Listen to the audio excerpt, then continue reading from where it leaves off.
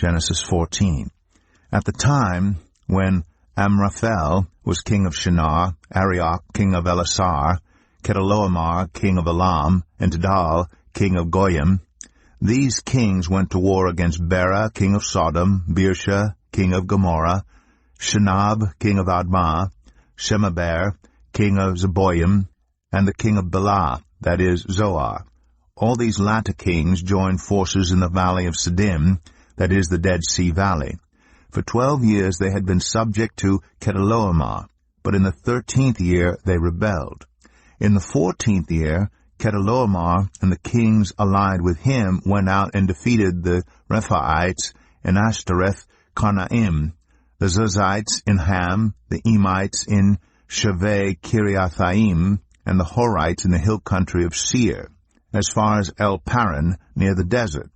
Then they turned back and went to En-Mishpat, that is Kadesh, and they conquered the whole territory of the Amalekites as well as the Amorites who were living in Hazazon Tamar. Then the king of Sodom, the king of Gomorrah, the king of Admah, the king of Zeboim, and the king of Bela, that is Zoar, marched out and drew up their battle lines in the valley of Siddim against Chedorlaomer, king of Elam, Tidal, king of Goyim, Amraphel, king of Shinar, and Arioch, king of Elasar, 4 kings against 5. Now the valley of Siddim was full of tar pits, and when the kings of Sodom and Gomorrah fled, some of the men fell into them, and the rest fled to the hills.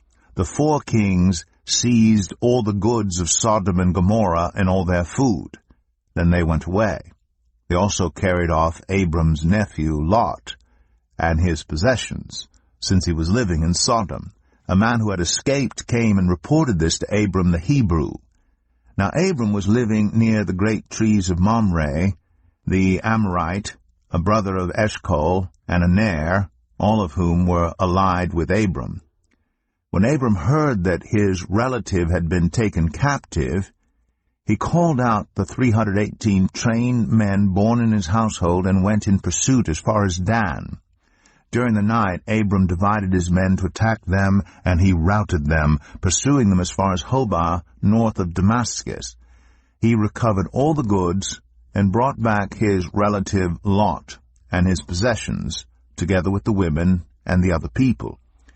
After Abram returned from defeating Chedorlaomer and the kings allied with him, the king of Sodom came out to meet him in the valley of Shaveh, that is, the king's valley. Then Melchizedek, king of Salem, brought out bread and wine. He was priest of God Most High, and he blessed Abram, saying, Blessed be Abram by God Most High, Creator of heaven and earth, and praise be to God Most High, who delivered your enemies into your hand. Then Abram gave him 1/10 of everything. The king of Sodom said to Abram, Give me the people and keep the goods for yourself. But Abram said to the king of Sodom, with raised hand, I have sworn an oath to the Lord, God Most High, Creator of heaven and earth, that I will accept nothing belonging to you, not even a thread or the strap of a sandal, so that you will never be able to say, I made Abram rich. I will accept nothing but what my men have eaten, and the share that belongs to the men who went with me, to Aner, Eshcol, and Mamre. Let them have their share.